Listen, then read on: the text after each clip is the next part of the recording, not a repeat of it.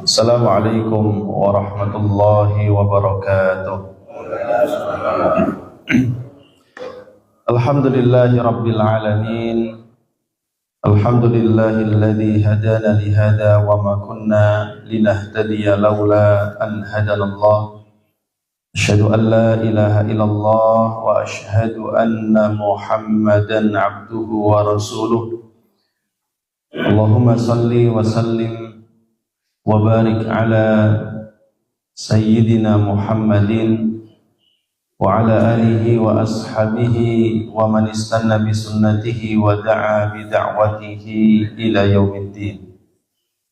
Amma ba'du, rabbi shrah li sadri wa yassir li amri wahlul 'uqdatam min lisani yafqahu qawli. Subhanaka la ilma lana illa ma 'allamtana innaka antal alimul hakim. Allahumma 'allimna ma yanfa'una wanfa'na bima 'allamtana wa zidna ilman ya rabbal alamin. Allahumma ati nufusana taqwaha wa zakkiha anta khairu man zakkaha anta waliyuha wa maulaha. Allahumma inna na'udzubika min qalbin la yakhsha' wa min ilmin la yanfa' wa min nafsin la tashba' wa min da'watin la yustajabu laha. Ma'asyiral muslimin, jamaah salat subuh yang mudah-mudahan kita semua diberikan rahmat, hidayah, taufik oleh Allah Subhanahu wa taala, dimudahkan dalam melaksanakan kebaikan, dijauhkan dari berbagai macam kemungkaran dan kemaksiatan. Allah terima amal ibadah kita dan mudah-mudahan kita dijadikan di antara orang-orang yang bertakwa, yang insya Allah surganya seluas langit dan bumi. Amin ya rabbal alamin. Jamaah rahimakumullah, pagi hari ini kembali kita akan melanjutkan pembahasan kita tentang sarana tazkiyatun nafs. Pada pertemuan yang lalu kita sudah membahas tentang amar ma'ruf nahi mungkar sebagai sarana tazkiyatun nafs. Insyaallah pada kesempatan pagi hari ini kita juga akan melanjutkan. Di antara sarana tazkiyatun nafs adalah fil khidmati wat tawadhu, yaitu bersikap khidmah. Khidmah artinya melayani. Wat tawadhu, dan bersikap rendah hati. Dikatakan al-khidmatu wat tawadhu wasilatani min wasaili tazkiyatin nafsi. Khidmah, melayani atau pelayanan, wat tawadhu, dan bersikap tawadhu adalah dua sarana tazkiyatun nafs. Wa huma alamatani ala anna nafsa muzakkah. Kalau dua sifat ini dimiliki oleh seseorang, maka menandakan bahwa jiwanya dalam keadaan bersih. Sebagaimana sabda Rasulullah sallallahu alaihi wasallam, "Wa man kana fi hajati akhihi kana Allahu fi hajati." Barang siapa yang selalu berusaha dalam memenuhi hajat saudaranya, maka Allah pun akan memenuhi hajat dirinya. Wallahu fi aunil abdi madamal abdu fi auni akhihi. Dalam sabda yang lain seperti demikian, barang siapa yang selalu memberikan pertolongan kepada saudaranya, maka Allah pun akan mencurahkan pertolongan kepadanya. Dalam Al-Quran Allah Subhanahu wa ta'ala berfirman, "Wakhfid janahaka lil mu'minin." Ayat ini berkaitan dengan perintah kepada Rasulullah sallallahu alaihi wasallam untuk bersikap tegas di dalam menyampaikan kebenaran kepada orang-orang musyrik.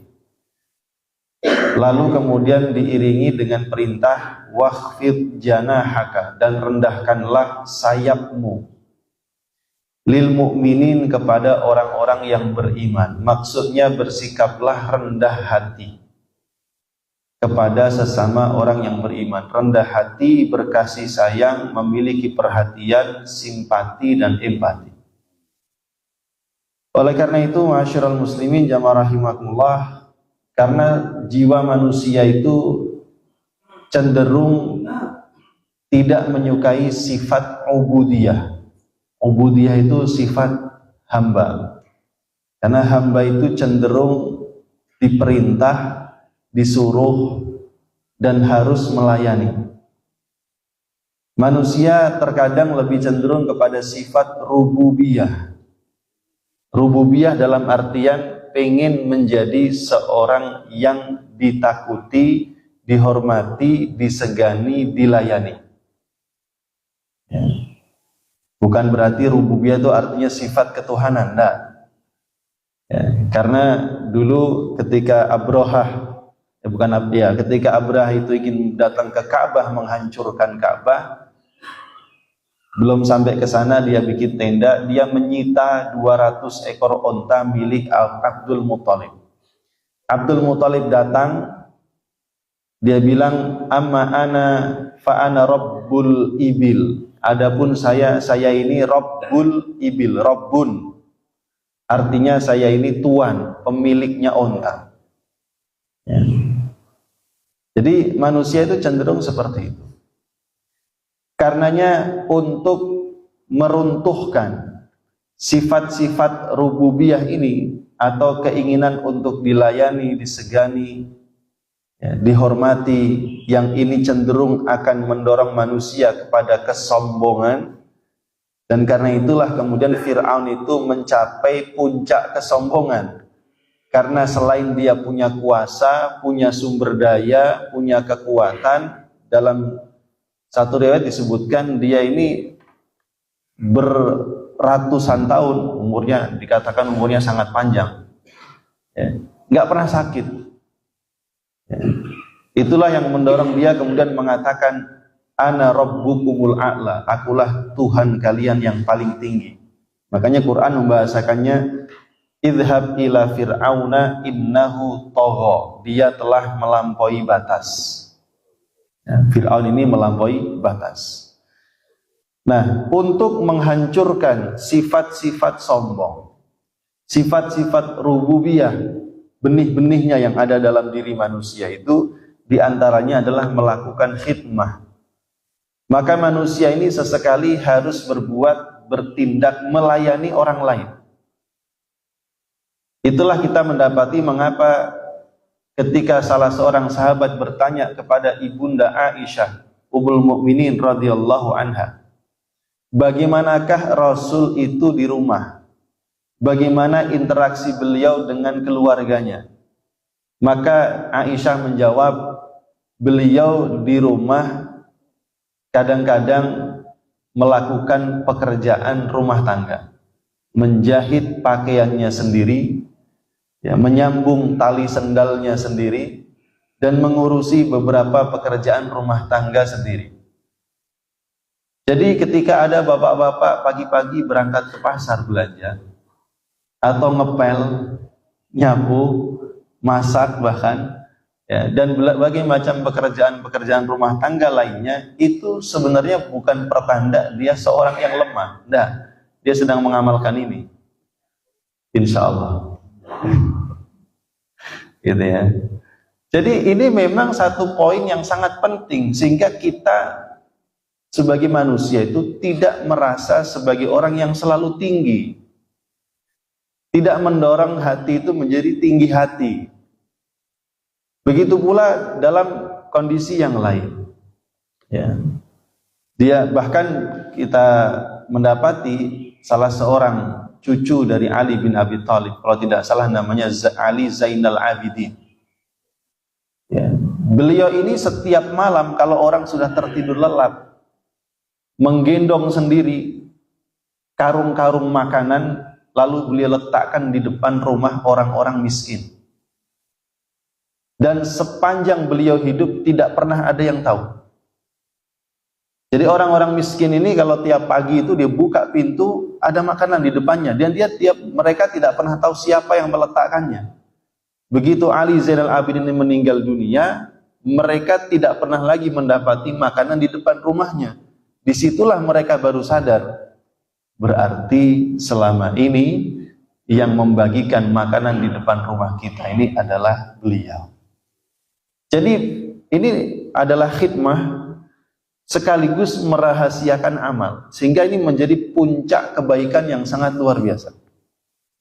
Juga sangat masyhur di beberapa pondok pesantren di daerah Jawa Tengah, Jawa Timur dan lain sebagainya, yang kiainya itu pimpinannya, ya, kalau tengah malam selain bangun sholat malam, zaman dulu nggak ada sumur bor, Pak, nggak apalagi otomatis yang kalau airnya berkurang ngisi sendiri. Ya, santri harus ngisi. Nah, tengah malam saat santrinya tidur, kiainya yang ngisi. Ya. Dan lain sebagainya. Bahkan melakukan kegiatan kebersihan. Ketika santrinya meminta, ya namanya santri sama gurunya, Ustadz saya aja atau Pak Kiai saya aja. Dia mengatakan enggak, biarkan. Ini adalah salah satu metode untuk meruntuhkan jiwa manusia supaya dia tidak merasa selalu dalam posisi tinggi dan layak untuk dihormati, layak untuk dilayani. Karena itu di sisi lain memang mungkin pantas dia dapatkan, layak dia dapatkan, tapi di sisi lain bagi orang yang faham tentang kondisi hati dan jiwanya itu berbahaya. Karena cenderung membuat orang itu akan bersikap sombong. Nah, ini namanya khidmah, memberikan pelayanan kepada orang lain. Karenanya terasa aneh kalau orang yang pekerjaannya harus melayani orang lain, tapi dia tidak mau melayani kalau nggak dibayar. Nah, ini payah. Padahal dia sudah digaji untuk melayani orang lain. Yang seharusnya dia mempermudah urusan lain, orang lain malah mempersulit. Nah, ini payah. Ya.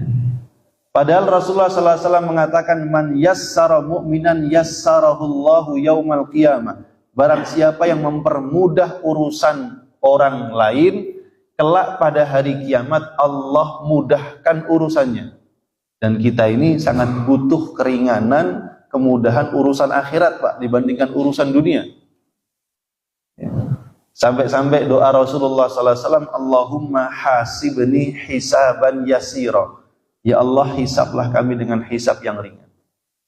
Nah, jadi khidmah. Ya.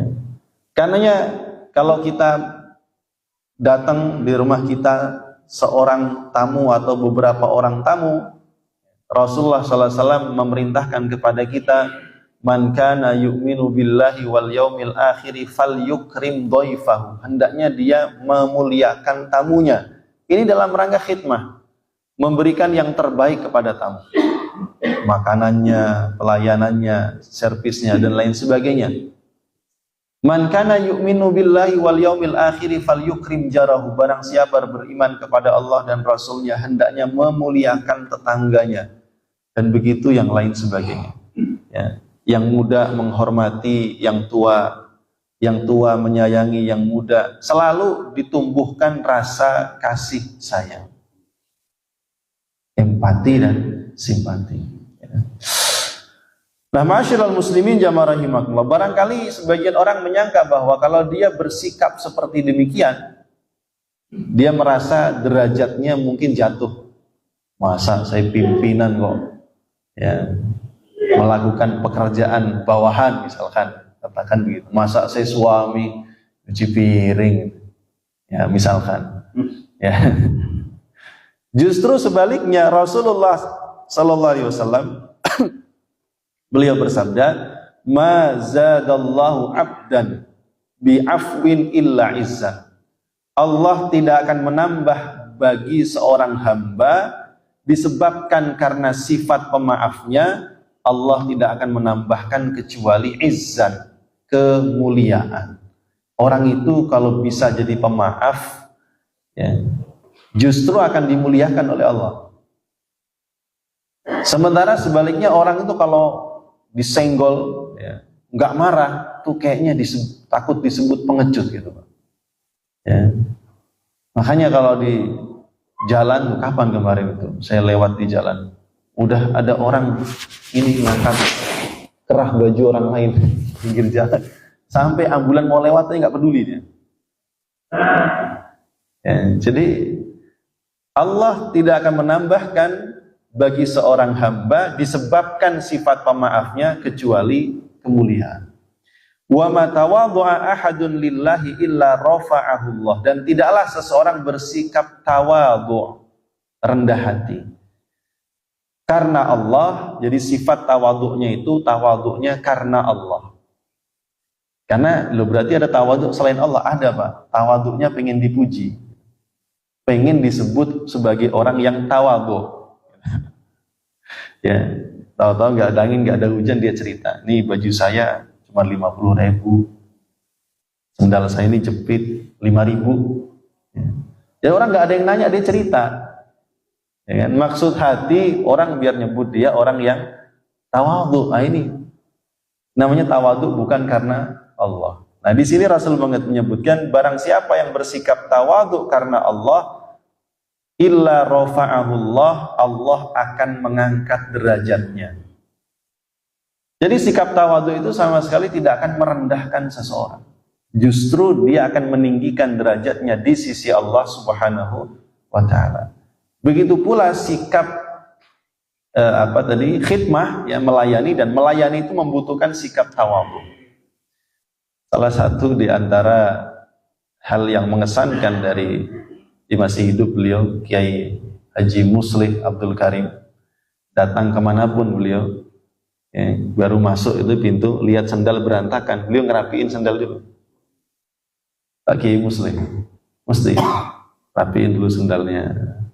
Semua. Di situ salaman. Kalau salaman nggak satu orang, dua orang, semua disalamin. Jadi kalau di majelis itu ada 100 orang, 100 orang disalamin. Jadi di antara sikap tawadhu, ya tadi boleh jadi adalah sebagai salah satu sarana supaya mengajarkan hati dan jiwa, ya, supaya tidak bersikap sombong. Ma'asyiral muslimin jamaah rahimakumullah. Rasulullah sallallahu alaihi wasallam juga bersabda, tuba liman tawadhu'a fi ghairi maskanatin. Sungguh sangat beruntung seseorang yang bersikap tawadhu bukan karena merendahkan diri. Beda rendah hati sama rendah diri itu beda. Kalau rendah diri itu artinya insecure, ya, merasa rendah, ya. Mau reunian sama teman seangkatan, masih ada nggak Pak zaman sekarang? Reuni sama teman seangkatan SMA, SMP, ya, masih ada. Malu, kenapa yang lain sarjana, saya enggak? Malu, rendah diri namanya. Padahal manusia di hadapan Allah kan sama. Ya. Enggak, yang lain udah sukses, saya biasa-biasa aja. Malu. Nah. Padahal manusia di hadapan Allah sama. Jadi beruntunglah seseorang yang bersikap tawadhu bukan karena merendahkan diri. Ada pula orang yang bersikap rendah itu bukan karena bersikap tawadhu, tapi rendah diri. Apa itu? Banyak berbasa-basi dan bersikap menjilat. Itu juga merendah. Tapi rendah di diri, benar-benar hina dia di hadapan orang yang dia bersikap demikian. Padahal setiap orang itu Allah berikan izzah, kemuliaan. Maka hendaknya dia menjaga harga dirinya. Ya, jangan bersikap rendah diri, tapi bersikaplah rendah hati.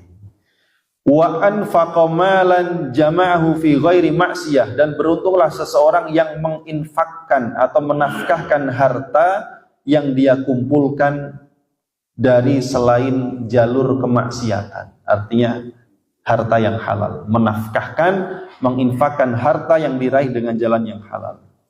Wa rahima ahlal dhulli wal maskanati, dan menyayangi orang-orang yang rendah dan orang-orang yang hina, dalam artian dalam kondisi-kondisi yang mungkin Allah berikan ujian yang seperti demikian. Wa khalata ahlal fikhi wal hikmati, dan berbaur dengan orang-orang ahli ilmu, ahli fikih, dan ahli hikmah. Ini satu keberuntungan kalau hal itu berkumpul dalam diri seseorang. Fudail bin Iyad ketika ditanya tentang makna tawadhu, beliau berkata, antakhdu'a lil haqqi, engkau tunduk kepada kebenaran. wa tanqadu lahu, dan patuh kepadanya, walau sami'tahu min sabiyyin qabiltahu, meskipun kebenaran itu kamu dapatkan dari seorang anak kecil, engkau mau menerimanya. Bahkan kalau engkau dapatkan kebenaran itu dari orang yang dianggap paling bodoh, engkau pun menerimanya. Nah, ini namanya sikap tawadhu. Karena lawannya tawadhu ini apa, Pak?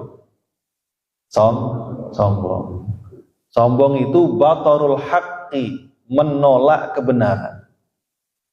Ya, wa ghamtun nas, dan meremehkan orang lain, itu sombong. Menolak kebenaran, meremehkan orang lain, itu sombong. Ya. Dan tawadhu menurut Fudail bin Iyad adalah tunduk pada kebenaran meskipun didapatkan dari seorang anak kecil, yang menurut bahasa kita anak kemarin sore. Ya. Ataupun didapatkan dari orang yang secara strata pendidikannya lebih rendah atau bahkan nggak sekolah sama sekali. Karena kita memang harus mengakui kadangkala kita ini juga mendapatkan kebenaran dan kebaikan dari orang lain yang boleh jadi secara ekonomi, secara kedudukan dan keberuntungan hidup dunianya itu lebih bagus kita. Ya.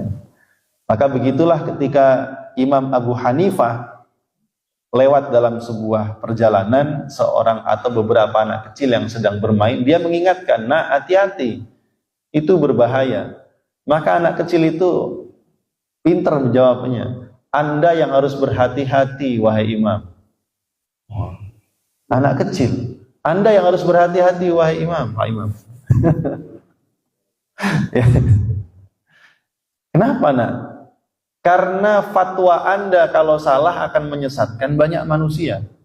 Oh, ini. Jadi akhirnya beristighfar. Imam Abu Hanifah yang tadinya mau mengingatkan anak kecil itu untuk berhati-hati ketika bermain, malah beliau yang tersentak dapat nasihat gitu. Engkau benar, wahai anak. Ya.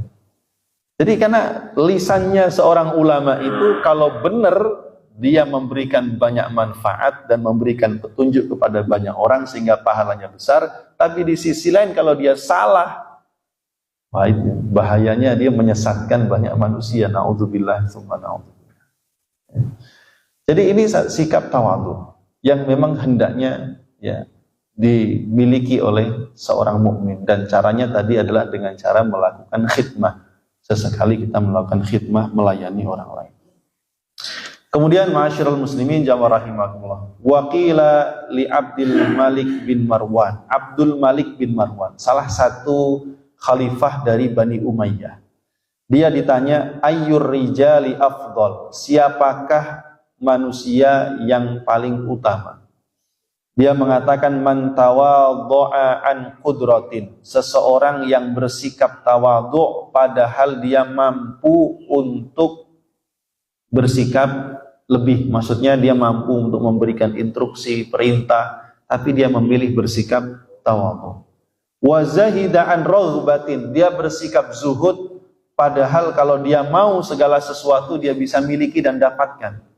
Wa tarakan nusrata an quwwatin, dan meninggalkan atau tidak membalas meskipun sebenarnya dia sanggup membalas. Nah, ini manusia yang paling utama menurut Abdul Malik bin Marwan. Jadi ketika ini namanya penguasa, Pak, siapapun yang mengejek dia, dia sanggup untuk memenjarakan.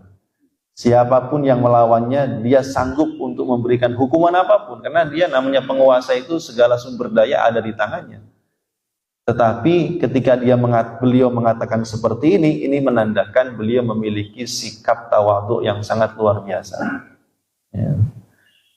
Bersikap tawadhu padahal dia berkuasa, bersikap zuhud padahal mampu memiliki segalanya, dan meninggalkan tidak membalas padahal berkuasa untuk membalas. Karenanya ketika masyhur kisah di dalam Al-Quran itu tentang Nabi Daud yang diceritakan istrinya sudah 99. Ya, jangan dibayangin, pokoknya itu zaman dulu begitu. Quran yang cerita. Ya. Tiba-tiba melihat ada salah satu rakyatnya punya istri cantik, Pak. Nabi Daud senang. diminta. Maka diujilah Nabi Daud ini, diingatkan oleh Allah dengan datangnya dua orang. Yang satu memiliki 99 ekor kambing, yang satu cuma punya seekor kambing. Yang punya 99 ini ngotot minta kepada temennya supaya yang satu itu udah gabungin punya saya aja biar genep 100. Itu masyhur cerita dalam Quran, itu ada, saya lupa di surat apa itu. Ya. Sehingga kemudian ketika seperti ini mereka mengadukan persoalannya kepada Nabi Daud, beliau seorang raja dan sekaligus hakim di masanya. Ya dengan sangat jelas beliau melihat bahwa ini adalah kezaliman orang yang punya 99 kambing, kan begitu. Nah ketika beliau memutuskan ya, perkara itu, beliau ingat ternyata dia sedang menghakimi dirinya sendiri. Gitu. Ya, jadi ini begitulah cara Allah gitu mengingatkan Nabi Daud alaihissalam. Ya. Ziyad An-Namiri mengatakan az-zahidu bi ghairi tawadhu'in kasyajaratil lati la tuthmir. Orang yang zuhud tanpa disertai sikap tawadhu seperti pohon tak berbuah. Zuhud tanpa disertai sikap tawadhu seperti pohon yang tidak berbuah. Malik bin Dinar mengatakan, "Lau anna munadiyan yunadi bi babil masjid liyakhruja syarrukum rajulan wallahi ma kana ahadun yasbiquni ilal bab illa rajulan bi fadli quwwatin aw sa'in." Malik bin Dinar mengatakan, kalau seandainya di masjid ada orang yang mengatakan berseru, orang yang paling jelek tolong keluar. Ya. Ya. Maka tidak akan ada siapapun yang dapat mendahuluiku. Artinya kalau ada yang berteriak begitu, saya orang yang pertama akan keluar. Ya. Tidak akan ada yang mendahului aku kecuali orang yang memiliki ya, kelebihan kekuatan atau usaha. Nah ini artinya ya, Malik bin Dinar mengajarkan kepada kita selalulah bersikap menjadi orang itu yang bukan yang paling baik, tapi merasa yang paling gak baik. Fudail bin Iyad juga mengatakan, man ahabbar riyasata lam yuflih abadan. Barang siapa yang menyukai riyasah, kepemimpinan, selalu pengen di atas, lam yuflih abadan, tidak akan pernah beruntung. Karena kalau ini berkaitan dengan masalah kepemimpinan umat, ya, Rasulullah SAW mengatakan barang siapa yang meminta jabatan, ya, meminta kepemimpinan, ya, maka kepemimpinan itu akan dipasrahkan kepadanya dan tidak akan diberikan pertolongan oleh Allah, disuruh ngurusin sendiri. Tapi barang siapa yang diberikan kekuasaan tanpa diminta, tanpa meminta, maka Allah akan memberikan pertolongan kepadanya. Asalnya nggak mau, ya. Tapi karena umat ini memandang ya, bahwa dia yang paling layak dan dianggap yang terbaik, ya, akhirnya dia diangkat sebagai pemimpin. Walaupun ada kalanya jamaah rahimakumullah, ya, ada kalanya seorang mukmin itu harus mengajukan diri sebagai pemimpin. Kalau dia meyakini di tempat itu tidak ada orang yang layak dan mampu untuk mengendalikan kekuasaan kecuali dia, dan yang lain ya adalah yang ada orang-orang yang buruk. Itu terjadi di zaman Nabi Yusuf contoh. Qala ja'alni ala khazainil ardi.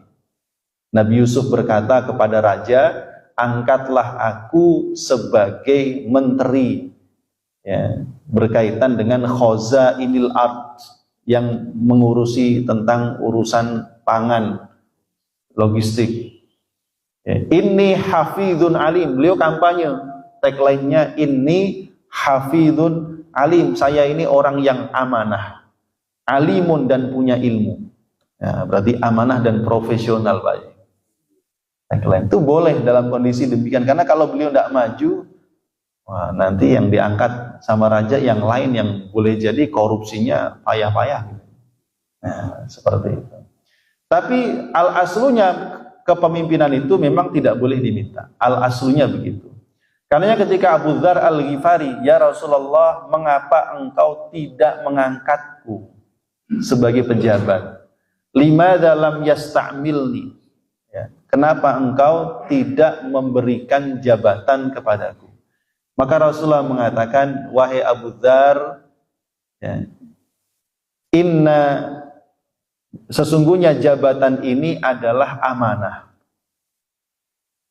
Dan kelak ujung akhirnya adalah penyesalan dan kebinasaan. Kalau bagi orang yang tidak mampu menunaikan amanah. Amanah kepemimpinan itu sederhana. Apa Pak?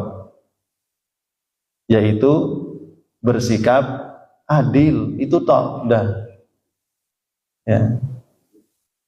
Cuman bersikap adil. Kalau adil itu mesti dia harus jujur, dia harus profesional. Itu mesti gitu. Adil.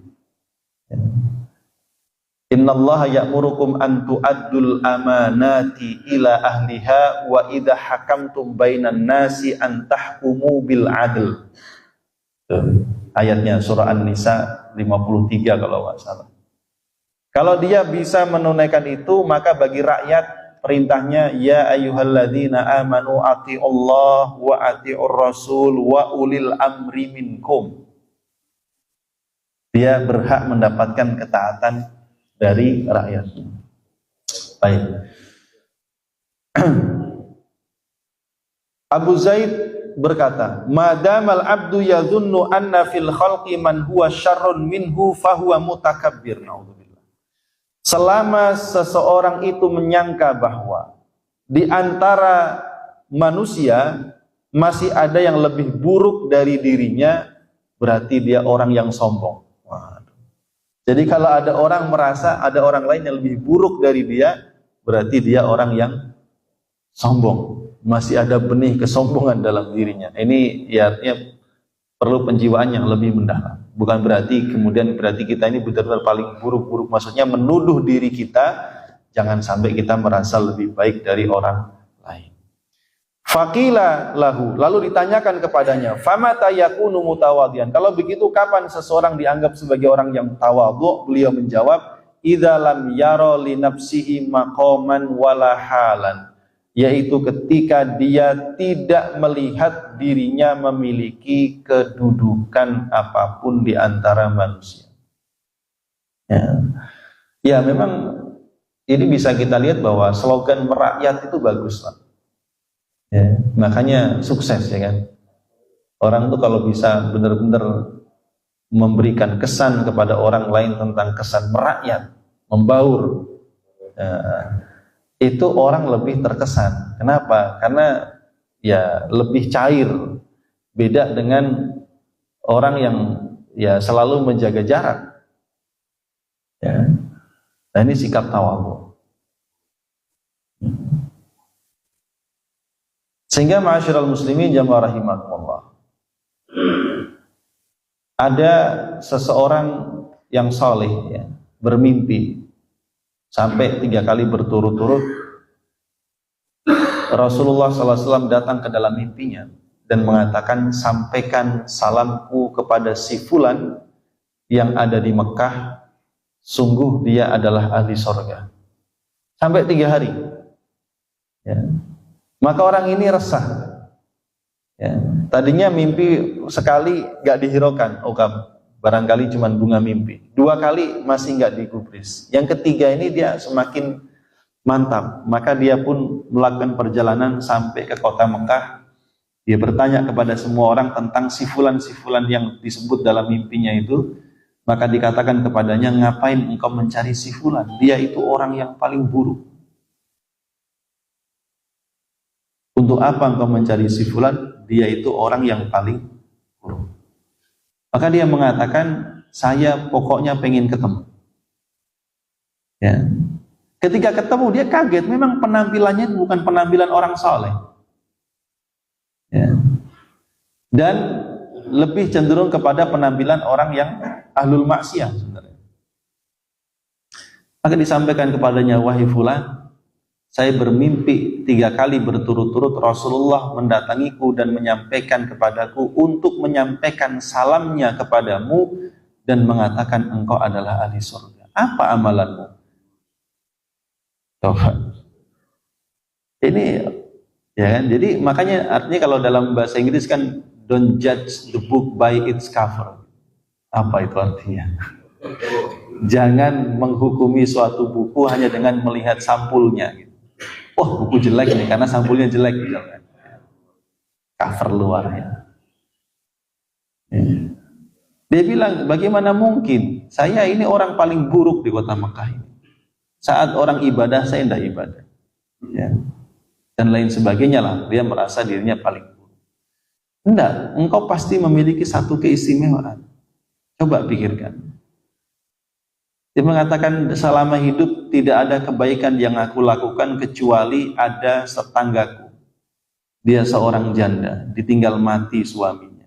Dia punya anak-anak kecil, maka sebagian daripada penghasilanku aku niatkan, aku berikan kepadanya dan keluarganya. Itu saja. Ya. Nah, rupanya itu nolong janda. Jadi artinya jamaah rahimakumullah, inilah yang kemudian harus membuat kita insaf bahwa jangan sampai ketika kita ini, alhamdulillah kita tentu bersyukur ketika Allah mengantarkan kita bisa ke masjid ini 5 kali sehari. Kita juga bersyukur kepada Allah ketika Allah bisa membuat kita betah duduk di majelis ilmu seperti ini. Kita juga bersyukur kepada Allah setiap kali ada panggilan kebaikan kita bisa melakukannya. Itu kita sangat bersyukur. Tapi di sisi lain bukan berarti yang belum bisa melakukan seperti yang kita lakukan itu mesti orang yang buruk, itu belum tentu. Karena boleh jadi seseorang itu punya amalan yang begitu ikhlas dia lakukan dan rupanya amalan itu benar-benar diterima oleh Allah. Gitu. Ya. Tapi juga bukan berarti kemudian membuat kita terus kemudian berdiam diri. Ada orang-orang di sekitar kita tidak sholat, ya kan? Keluarga kita tidak sholat. Ya. Artinya kewajiban-kewajiban yang pokok tidak dilakukan, terus kita diam, tidak boleh. Terus kita mengatakan boleh jadi dia punya kebaikan yang diterima oleh Allah yang membuat dia masuk surga. Nggak boleh begitu. Artinya tetap kalau masalah menegakkan kewajiban itu babnya amar ma'ruf. Kalau bab tentang kemaksiatan adalah babnya nahi mungkar. Tapi urusan surga dan neraka ini babnya tawadhu, Pak. Jadi nanti jangan dicampur-campur aduk, itu enggak pas gitu ya. Ya. Kalau kita lihat orang enggak sholat, ya kita enggak boleh mengatakan dia ahli neraka, enggak bisa. Kalau ada orang rajin sholat terus kita mengatakan dia pasti ahli surga, tidak bisa. Memastikan itu nggak bisa. Tapi semoga dia ahli surga, itu semoga, nggak apa-apa. Ini babnya tawadhu. Ya. Sehingga itulah kemudian yang menjadikan seorang muslim itu dia bisa bersikap baik kepada siapapun dan tidak akan merendahkan, meremehkan orang lain meskipun orang itu tidak melakukan kebaikan yang kita lakukan. Ya. Nah di sini, jadi seseorang disebut memiliki sikap tawadhu idza lam yara li nafsihi maqaman, kalau dia memandang dirinya ini tidak memiliki kedudukan sama sekali, walaupun boleh jadi dia orang yang paling terhormat. Dari Umar bin Syaibah, dia mengatakan, saya suatu hari berada di kota Mekah antara Safa dan Marwah. Maka aku melihat seseorang menaiki seekor bagel. Bagel itu kendaraan blasteran kuda dan keledai. Dia menaiki bagelnya, kendaraannya, dan di depannya, di hadapannya ada anak-anak. Tiba-tiba mereka bersikap kasar kepada orang-orang di sekitarnya. Kemudian tidak lama kemudian aku kembali pulang ke daerahku dan aku pun memasuki kota Baghdad. Ketika aku berada di sisi sebuah jembatan, tiba-tiba aku melihat seseorang yang kurus, tinggi dan rambutnya berantakan, lusuh ya, seperti ya bahasa kita gembel mungkin. Qala faja'altu anzur ilaihi, maka aku pun memperhatikan orang itu dan seolah-olah kok kayak kenal gitu. Ya. Maka orang itu pun berkata, mengapa engkau melihat aku seperti demikian? Maka aku pun menjawab, syabbahtuka birajulin ra'aituhu bi Makkah. Saya kayaknya, atau saya ketika melihat engkau teringat dengan seseorang yang pernah aku lihat di kota Mekah. Lalu aku ceritakan sifatnya begini. Maka laki-laki gembel itu mengatakan, ana dzalikar rajul. Iya, itu saya. Yang kamu lihat kemarin naik bagel di sofa dan marwah itu saya itu. Ya. Lalu kemudian aku mengatakan, ma fa'alallahu bika. Apa yang telah Allah perbuat kepadamu? Maka dia menjawab, ini yang kalimat yang sangat luar biasa. Inni tarafa'tu fi maudi'in yatawadha'u fihi nas. Saya bersikap tinggi hati di tempat di mana seharusnya manusia itu bersikap rendah hati. Di Mekah itu tempatnya orang merendah di hadapan Allah, tapi dia bersikap tinggi hati. Orang jalan dia naik kendaraan. Ya. Jadi masa itu tentu nggak seperti sekarang. Ya. Fawadha'ani Allah, maka Allah pun merendahkanku. Ya. Di saat Allah meninggikan derajat orang lain. Wa qala al-Mughirah kunna nahabu Ibrahim an-Nakhai haibatal amir. Wa qala Abu Bakar As-Siddiq wajadnal karam fit taqwa. Abu Bakar As-Siddiq mengatakan kami mendapati kemuliaan itu, kedermawanan itu ada pada ketakwaan. Wal ghina fil yaqin, kekayaan itu ada pada keyakinan. Wasyaraf fit tawadhu, dan syaraf, ya, kemuliaan ada pada sikap tawadhu. Jadi ma'asyiral muslimin jamaah rahimakumullah, ini salah satu sarana untuk membersihkan hati dan jiwa manusia dari sifat-sifat yang buruk adalah bersikap tawadhu. Ya nggak ada salahnya sesekali ya ngambilin minum buat orang. Dulu kami di pondok diajarin begitu. Ya, ngambilin kalau lagi makan ambilin minum buat yang lain. Ya, cucikan piring temennya yang lain, begitu, sampai begitu. Supaya menghilangkan sifat-sifat benih-benih sifat takabur tadi. Ya. Baik, ma'asyiral muslimin jamaah rahimakumullah, itu barangkali yang bisa disampaikan pada kesempatan pagi hari ini. Syuruk jam berapa? 57. Sekarang 45. Berarti masih jauh dong? Masih jauh. 47. Sholatnya 57. Boleh kalau ada yang didiskusikan, silahkan nanti kita ini. Kalau enggak ya saya lanjutin bab berikutnya. Silakan.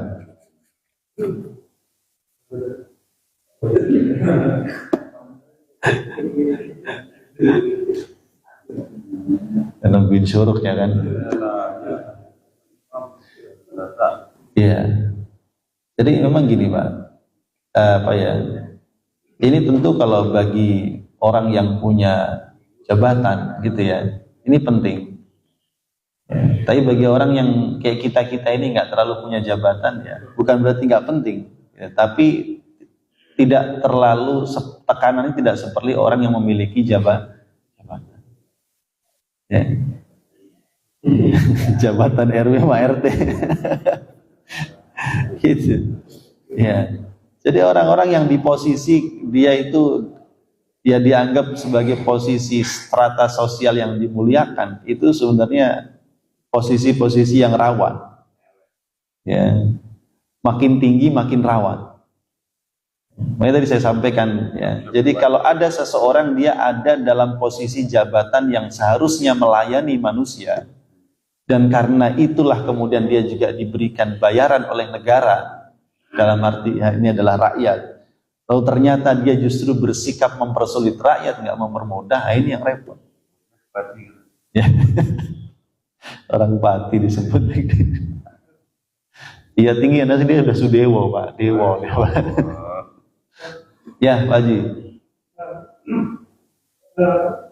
Sebelumnya mohon maaf kalau pertanyaannya kurang bagus.